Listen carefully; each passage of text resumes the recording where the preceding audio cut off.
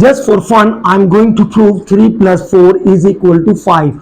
Okay, for this statement, I consider negative 35 is equal to negative 35. Okay, 3 plus 4, 7 square, 49. So this negative 35 can be resolved. 49 minus 9 plus 5, 14, 4. 4 plus 3, 7 plus 1, 84. In the same way, 5 square is 25 minus 5, 5, 10, 0, 2, 3, 5, 1, 6.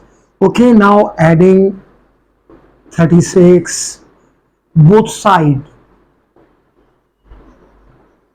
What we have, 49 minus 84 plus 36 would be equal to 25 minus 60 plus 36. Okay, now 49 is the square of 7, 36 is the square of 6. Okay, so minus 2 by formula. First term without square 7, second term without square 6. 2 7 the 14, 6 the 84. It's okay. Now 5 square and this will be 6 square. Okay, minus 2 by formula. First term 5 and second term is 6. 2 5s are 10, 6 are 60.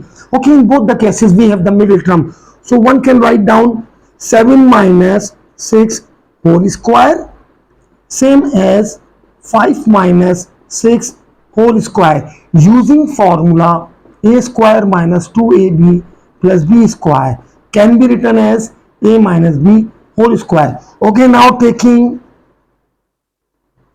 square root on each side, this square root will cancel out this square, and then we have 7 minus 6 equal to 5 minus 6.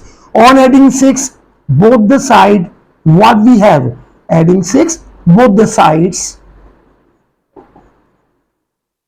we have 7 is equal to 5, and 7 can be written as 3 plus 4 is equal to 5. Okay.